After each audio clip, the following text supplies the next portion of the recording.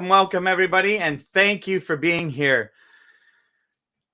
This is Coach Les, the Integrity Coach. This is the Less is More podcast on mancavepodcasting.com, and we are streaming live on my social medias and also now on mancavepodcasting.com inside of Clubhouse. And it's been an interesting journey this afternoon. I am 18 minutes into the show, and I'm in my first 30 seconds of the show. So I appreciate those of you that have been patient, especially Michael Cohen, who's up here on stage on Clubhouse, and Joey, and Cliff Ravenscraft is in the audience. I'm going to invite him up. Come on up, Cliff. And I'm going to get started this morning, and what we're going to be talking about here, and we are live, is we're going to be talking about relationships, because guess what day it is? It's Valentine's Day. And everybody now, if they are going to be in good graces where their significant other has done one of two things. They have woken up today, wherever you are in the world, you woke up on Valentine's Day and you wished your significant other a happy Valentine's Day. You may have even had a card ready for them. You maybe have met them, cooked them breakfast, met them for lunch, or you're cooking them dinner, or you're planning on going out for dinner. Now, why do we do this? What is it that is so significant about Valentine's Day? Well, first off, I'm going to be the first one to say it's a holiday that was, that I would say was probably made up to begin with. It's it's a holiday that people have kind of created as this, I would say, Hallmark holiday. And why it is that way, I'm not sure, but I do know that Valentine's Day came from Saint Valentine's Day. I'm going to read it right off of Google here. The Feast of Saint Valentine was celebrated annually. It originated as a Christian feast. And as you, of course, go to it, it's honoring one or two early Christian martyrs named Saint Valentine, and through later folk traditions has become a significant cultural, religious, and commercial, quote unquote, celebration of romance and love in many regions of the world. And there are a whole number of martyrdom stories associated with various Valentines connected to February 14th, including the account of the imprisonment of Saint Valentine of Rome for ministering to Christians persecuted under the Roman Empire in the 3rd century. And according to the early tradition, Saint Valentine restored sight to the blind daughter of his jailer. Numerous later additions to the legend have better related it to the theme of love. An 18th century embellishment to the legend claims he wrote the jailer's daughter a letter signed "Your Valentine" as a farewell before his execution. Another tradition posits that Saint Valentine performed weddings for Christian soldiers who were forbidden to marry. So that's enough about some of the traditions. I'm interested in the relationships that we have. I'm interested in looking at having communication that works, leveling up that communication, having communications integrity, and at the same time looking and creating, what does that look like in business? What does that look like in intimate relationships, family relationships, children relationships, or parent relationships, across the board, all the circles of relationships. And I'm specifically interested, as I'm a communications integrity is my thing, my jam. Communication I believe the transformation of the planet will happen through communication. And with that, I've become one of the only integrity coaches in the world. There's a website out there called The Integrity Coach, where the gentleman that owns it is a business coach operating the Integrity Coach website. Therefore, that's out there. And then I've created a coach university where we're building the distinction certified integrity coach over the next year. And I'm super excited about that. It's still in its beta stage. The university hasn't technically opened, and I'm looking for that opening to be on, of course, Independence Day, July 4th. And in the meantime, I am running classes and courses through it, learning and growing and having all of the roller coaster of effects that happens through, guess what? Miscommunication. And that whole factor of learning how to deliver something that is new in such a way that it breaks the paradigms of what's expected or what's thought to be the thing out there. And as we go along today, my challenge with you as you come in and listen, for those of you that are listening on social media, outside of Clubhouse, because Clubhouse, I can see the three people here, and we're going to be able to have an interaction here in a moment. And outside of that, the people that are live, I'm interested. If you want to comment, you can go ahead and comment, and I'll track down and do my best to answer the comments as you leave them. And just to be clear, this is day one with actually doing it live back and forth and communicating and allowing the people on Clubhouse to communicate back and forth with me on social media, right through my big Yeti blue microphone and into the internet. Right. Let's take a look at an example. So for me, as we started talking about Valentine's Day, as we started talking about, and building that up and giving that, I wanted to talk about love and give it a basic definition so that we can have that definition. And then we can talk about what are the different types of love that are out there and share those different types so that as we communicate, we can use those as examples to build our relationships.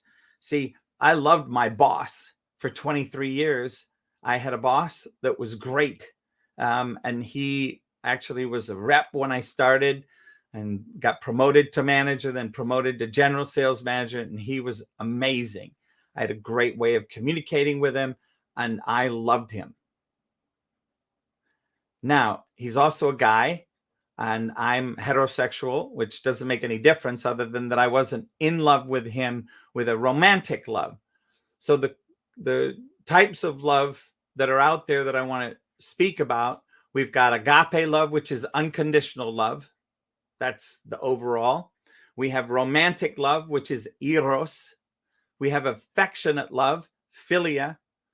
We have self-love, which is philautia. We have familiar love, which is storge. We have pragma, which is enduring love. We have ludus, which is playful love. And then mania, which is obsessive love. And I'm not even going to talk about that one. There's enough. If you want drama and you want to see mania, go read the newspaper or watch the TV. Right here on this social media and on this podcast and here on Clubhouse, we're not going down that alley. That alley has zero interest for me. There's enough of the negativity out there. And that's all I'm going to say about that. And as we start to look, and as you're thinking, as I'm communicating here and just sharing, kind of getting the stage warmed up, if you have an idea of what love is to you, I'm going to come around and ask that question for the couple people that are up on stage. And for those of you in the audience, if you want to pop up and answer that question, and share a little bit. That's what I'm looking for. I want to really create a foundation for us to build on and look and see, how do we level that up? See, I know that your time is super valuable and its time is irreplaceable. Therefore, in this communication and what I'm delivering for the next 22 minutes, I want to make sure that you have 1 or 2 nuggets of gold that you can leave with, that you can go make a difference in your own relationships, go make a difference in the world. And by the way, have fun more than anything. And with that, it's kind of that playful love. Ludus, yes. Here's my question. Have you had the type of relationship with a former boss or former team player at work that you could say, I loved working with this person, I love my boss, and I love my team members, and you have that kind of experience? And if you have, what I'd love to hear is just a little bit about what's your experience of that type of love when you share that type of love. Now, Joey, I know you may still be checking in. Are you still checking in, or are you in? He is still checking in, so we'll come back. Michael, are you able to share? Oh, yeah, I can share pretty quick. Perfect. So the question is, if we've had an experience working with a boss where we could say we love working with this boss, so boss we love working for, right? Yep.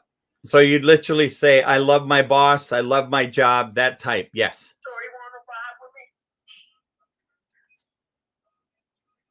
You know, I don't know. I mean, I don't think I've had an experience where I would say I really loved it.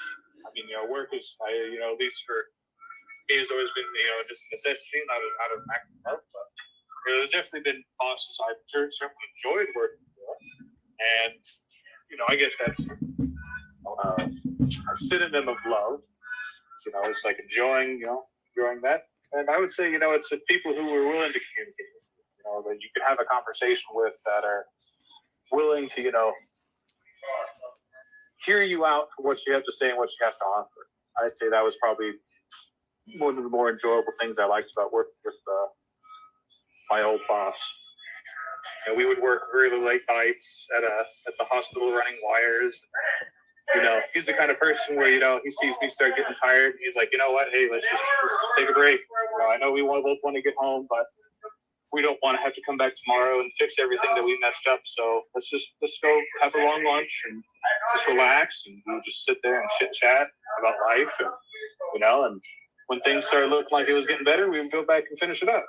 And I worked for a lot of places where it's go, produce, and stress. So it was nice. I really enjoyed working for that boss when he kind of could see when things were getting a little rough or things were starting to look a little down.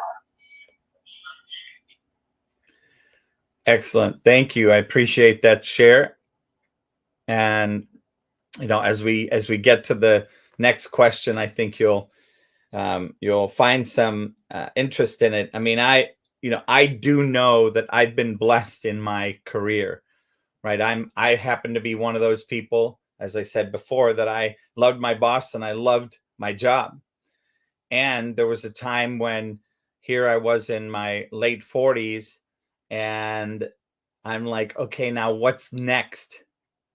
What's next for me? My boss isn't going anywhere, so doing that, and I don't want his job anyway. And I lost the challenge.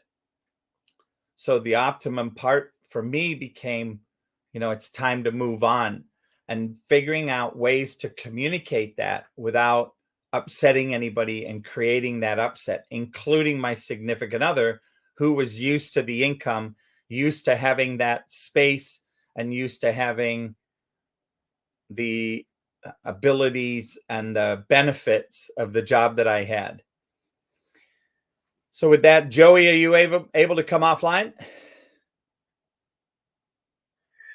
Hey, Coach, I just got here. Yeah, I don't know the question that was asked, so if you wanted to possibly refresh, Oh, no problem. What?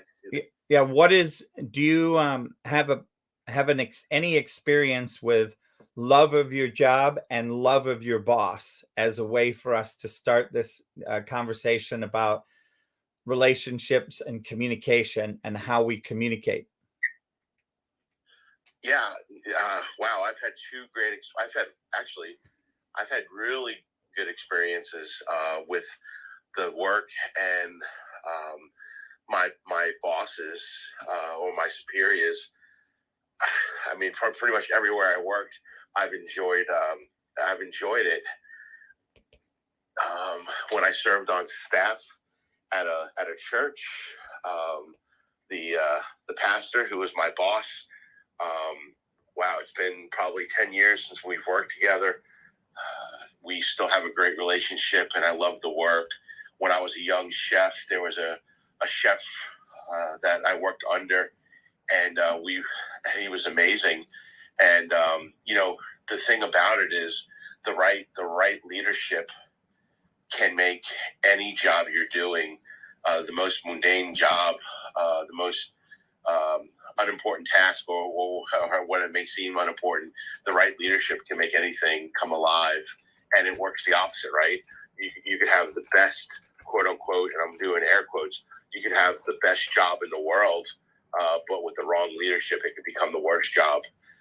Currently, right now, in where I am right now, I think what makes my work so special to me and gets me going on a Monday morning and full of energy is the fact that I do have great leadership that I work with, and it's that drive that they help me create the drive to do better, and a lot of that comes from the leadership that is above you, and so that's my take on this. So yeah, I've had only one experience where the leadership just wasn't. It just wasn't for me. It wasn't saying that they were bad leaders for everybody. It just wasn't for me, and no longer with them. So that's my ad, Coach. Awesome, Joey. Thank you.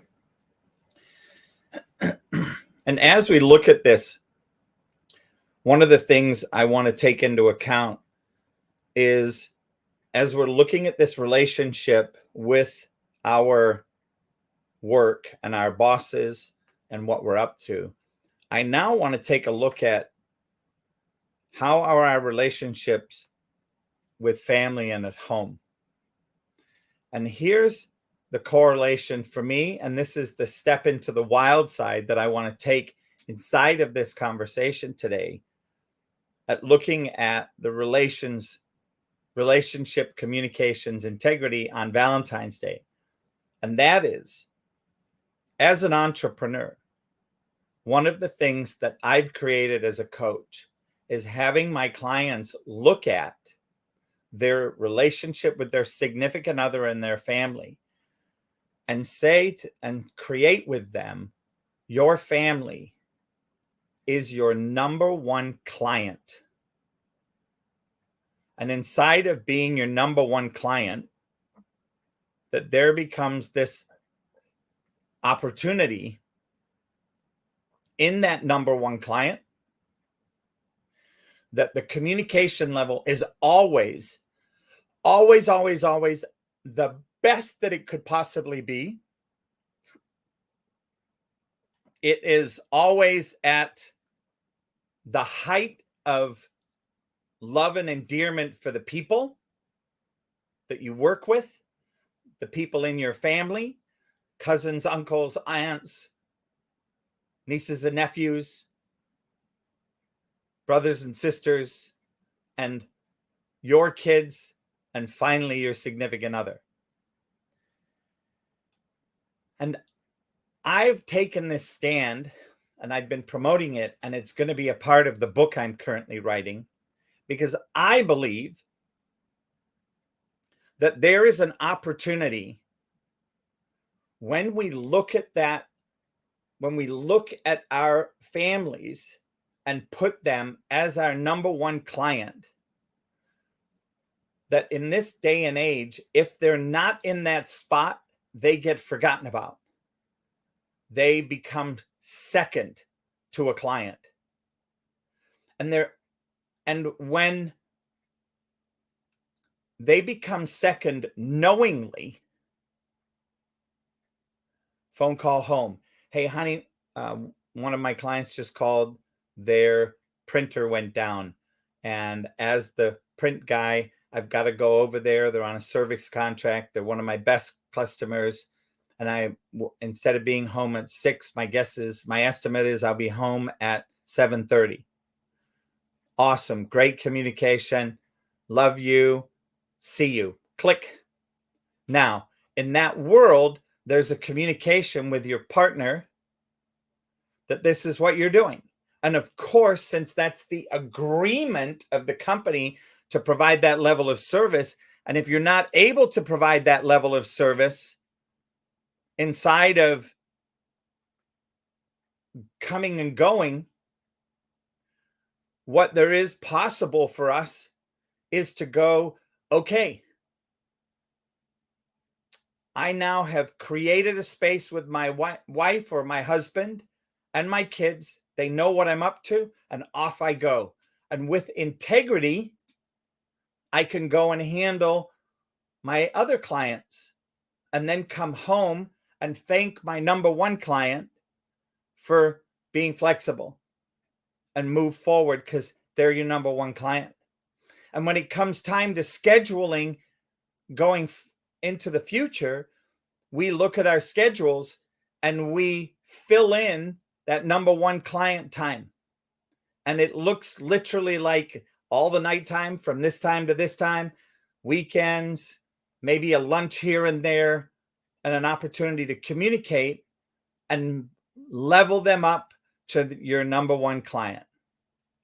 And as I've now said that and set the stage for that, I want to hear people's opinion here on Clubhouse to share, as we have currently,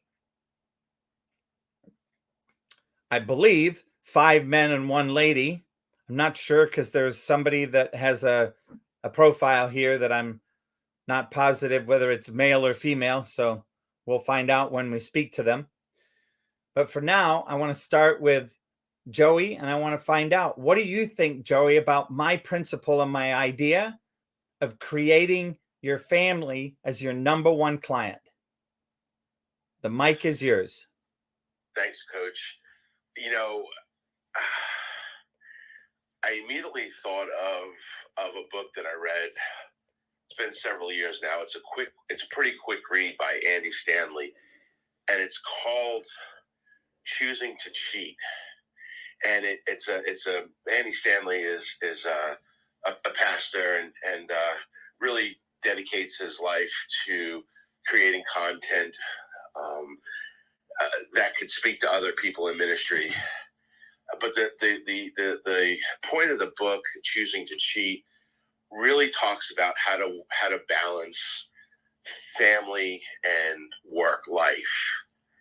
And so, Coach, honestly, this topic, there's a lot to be said, and we can have a whole day's discussion on how to have family and life work, family and work-life balance. But the book, talks about choosing to cheat. Someone's going to be cheated no matter what decision you make. So whether you make a decision to do something above and beyond for your work, and it takes you away from your family, or you choose to do something for your family and you have to put work aside. But with all that being said, I believe that your family, and I'm agreeing with you, has to be the number one priority. You cannot, in my opinion, be successful in this life when it comes to dealing with your family or working through your family, and you cannot be successful if at any given time they feel like you. And I've done this before, for sure, when I was younger and trying to trying to get established in career, and especially working. I mentioned before, I did some work with the church for a handful of years, and you're pouring your life into so many other people, and you're running to the side of so many people, and that's all great and everything. But if your family isn't getting the same attention, and they begin to see, and even if it's not accurate, right? Even if you are giving them what you feel the same amount of attention, or even more attention, here's what I say: even if it's not accurate, they're still your family. You need to make sure that you correct that. Do everything you can to make sure that they feel number one priority. And as much as you would go out for that customer and go above and beyond to make sure that customer knows that they're a priority, you need to do that 10 times, 1,000 times, 1,000,000 times more for your family, because at the end of the day, they're your family. Brilliant, Joey. And, once again, I know this is not the prevailing wind. I'm suggesting, once again, for those of you that have just stepped into the room, I'm suggesting what we're looking at and what we're discussing, and we're going around talking to each person up on stage on Clubhouse and sharing back and forth in this podcast, is what about making your family your number one client? And then responding and being respectful of that and what that looks like.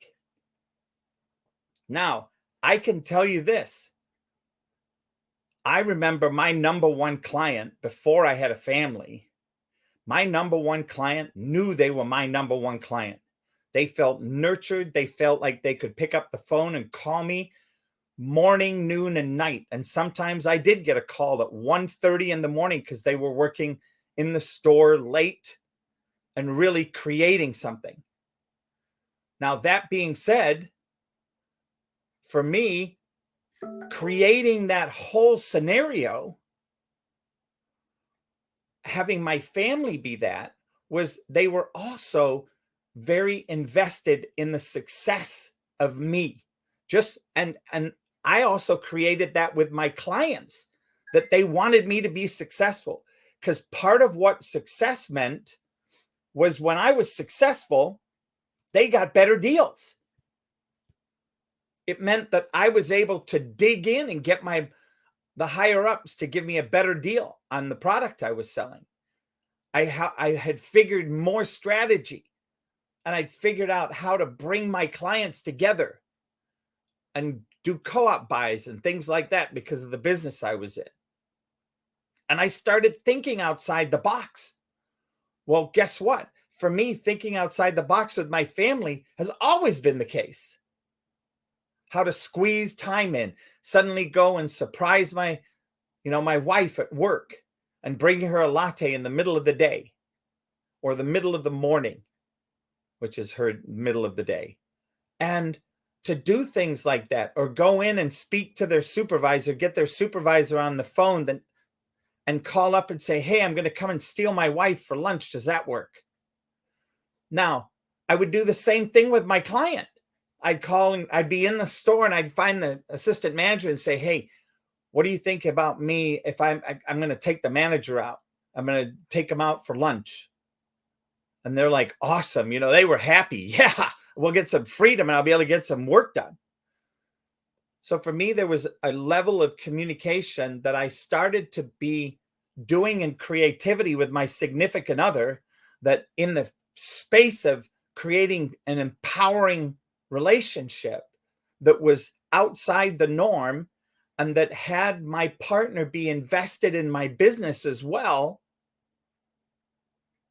was a whole new phenomenal breakthrough concept. With that, Michael, what do you think about my crazy idea?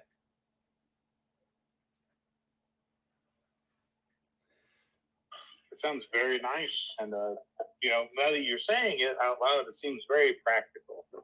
I kind of having this new idea being brought up to me kind of makes me wonder how a lot of people would manage having a family and, not being able to take care of their family and having good customer relations. It really does make sense. Awesome. Thanks, Michael. Mr. Steve Appel. Steve Appel is the founder of mancavepodcasting.com. Thanks for having me, Steve. What do you think about this? Oh, I think it's a fantastic idea, but I also think it depends on the relationship that you have with your family. And Coach, I came in towards the end. I don't know if when you say make your family number one, you were referring to your immediate family, your extended family. But I think it depends on the relationship you have with your family. I know that I personally don't have the time, unfortunately, to tell all of my extended family members, I'll be available for you at a whim's notice and drop whatever I'm doing, even at 1:30 in the morning. Sir, absolutely. I can bring it very personal. My father, who's 87, and my son and my daughter, those three, I would absolutely give carte blanche. Call me anytime. If it's an emergency, I will absolutely drop what I'm doing. I have had some family members occasionally in the past call me and, Dad, I need to talk. Well, is it an emergency or can it wait, for like an hour until I finish doing what I'm doing because I'm at work? Well, what are you doing? That's not what I asked you. What I asked is it an emergency or can it wait an hour? And that's where it comes into play. What I'm saying, it depends on the relationship you have with the family. But in principle, Coach Les, as always, fantastic idea. And thank you. Awesome. Really appreciate that, Stephen. And it really is for me, I guess that there are circumstances, right? I mean, I have a very small family. So when I say this, it's really easy for me to say it. I know extended families that are very big, and this would be a tough thing. You'd have an entire multitude of businesses just in calling your family clients. So yes. And I sometimes forget how truly lucky I am. I have an extended family of about 20, and that means first cousins, first nieces, siblings, and my dad equal about an extended family of 20. And I've got more family that goes beyond that, but those are the ones that I consider my pretty close family. And then, of course, immediate to me are my dad and my two children. So thanks. I sometimes forget how truly lucky I really am. It's awesome. Thank you so much, Steve. And with that, I'm going to pass it to Jeanette. Hi, Coach. All right. Listen, yes, I love the concept of that. And I agree with Steve. It depends on the dynamic of your family.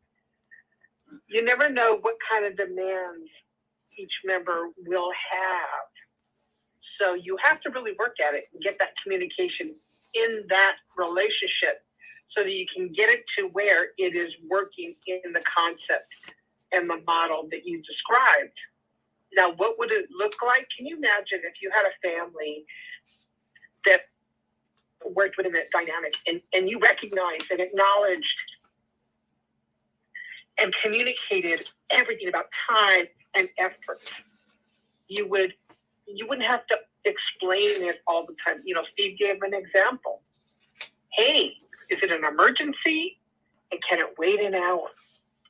If everybody has that mindset, yes, it will come into play. It will be beneficial. It will save time, and you will see, I guarantee you will see a lot of great outcomes come out of that family. They would have a positive mindset continually, and the support would be consistent and constant. And so you will be able to see all that, and they will be able to thrive. It's a great concept. And if everybody was taught in that sense and worked in that goal, that would be ideal. It's an actual utopian thought, you know. And I know that in my an extended family that consists of multiple friends, and so there is this great communication among us, and we don't have to explain ourselves. If there is something that is needed, something that is going to happen, everybody just starts. They're like ants that go in the direction of what it needs to get done. That does happen, and it is ideal. It is great.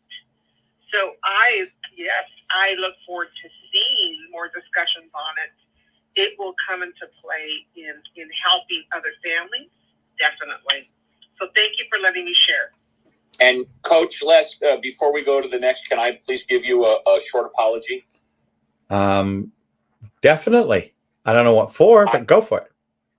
I think I said I love the idea, but, and then I went after my but. So if I said that, I apologize to you for saying but.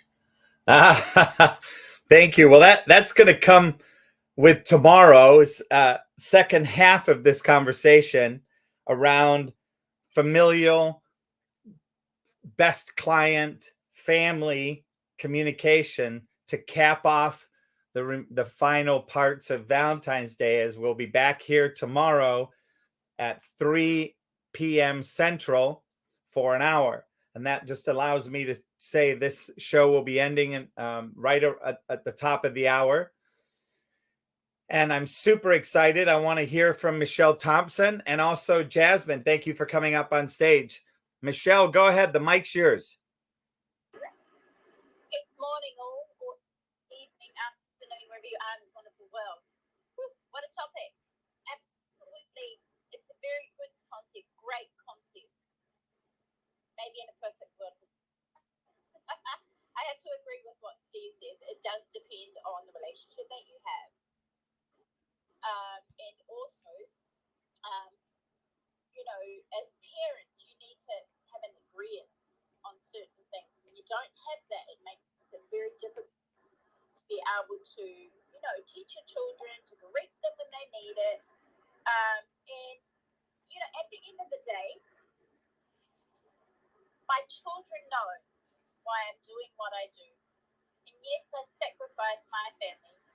And my 18-year-old and my older one, they know what I do. And yesterday, I had a really good talk with my 13-year-old. After a little disagreement her and dad had, she's just at that age as well. She's exploring and learning, and you know. But I had called Dad up because it was just complete condemnation, just to ask him to just listen without saying anything. Just listen to her and listen to what she's trying to tell you. And so, of course, my family are my number one priority, my immediate family. I don't have a relationship with my family in New Zealand. I just love them from a distance, and I'm okay with doing that because, you know, really my life is about my girls, my 3 girls, and John at the moment. And basically, you know, I'm not going to say I'm doing the best I can, because to me that sounds like an excuse, because I know I could do better. But I am one person running the ship, if that makes sense. And so, as it is, I've just finished work, and now I will go home and drop my daughter off and make her lunch. And, you know, I'm playing mum and dad because John is unwell.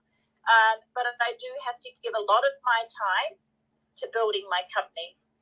And so my children do understand that that's where we're at the moment, and that they don't have mum as much as I'm sure they would love to have mum.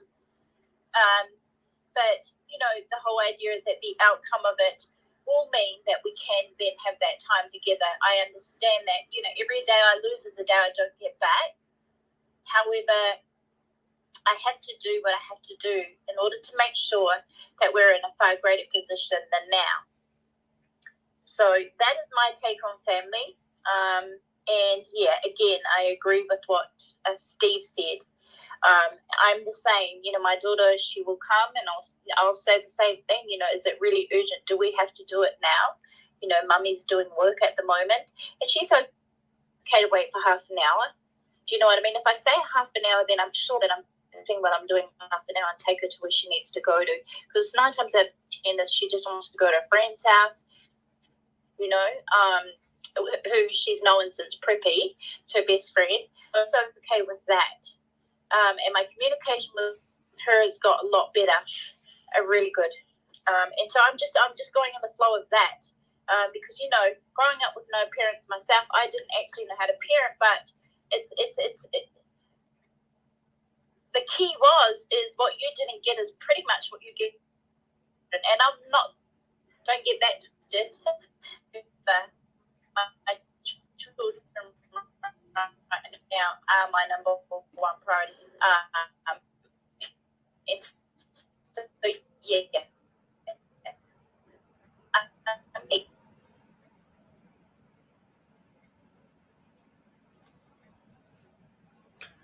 Thank you so much, Michelle, and thank you for being here.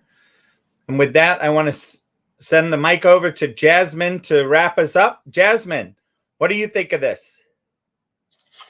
I love what you're saying. I have, well, my first son is now 29, but when my children were small, the decision of always putting them first. And I explained to my bosses wherever I worked, I'm sorry, but there's only one thing I have to put to the table is if my children need me, I need to take time. If I need to go to the doctor with them or whatever it is. I traveled a lot. So I created communication patterns where it would be whoever was the babysitter or live-in, it was text me if there's something going on so I can excuse myself and go see what happened. Same thing with my children. The school always knew to reach out to me. And I made it my priority to be with them. Now I live away from them. And daily, they get a text message from me, a hello, how are you? And they always reach out. But I think that we don't really need to be like holding ourselves all the time and singing Kumbaya together to be there in people's lives. So I do the same thing with my customers, my clients. They get a text message or an email or something that lets them know that I'm there if they need me. But I always made sure that my children, and being an only daughter, my parents knew that I was there for them. And I think if you keep all your ducks in a row and you organize your time and schedule activities properly, you can definitely achieve it. It's very possible. I mean, you know, it's a matter of organization, prioritizing, and making sure that when you're with them, whether it's a text message, a phone call, you're 100% with them.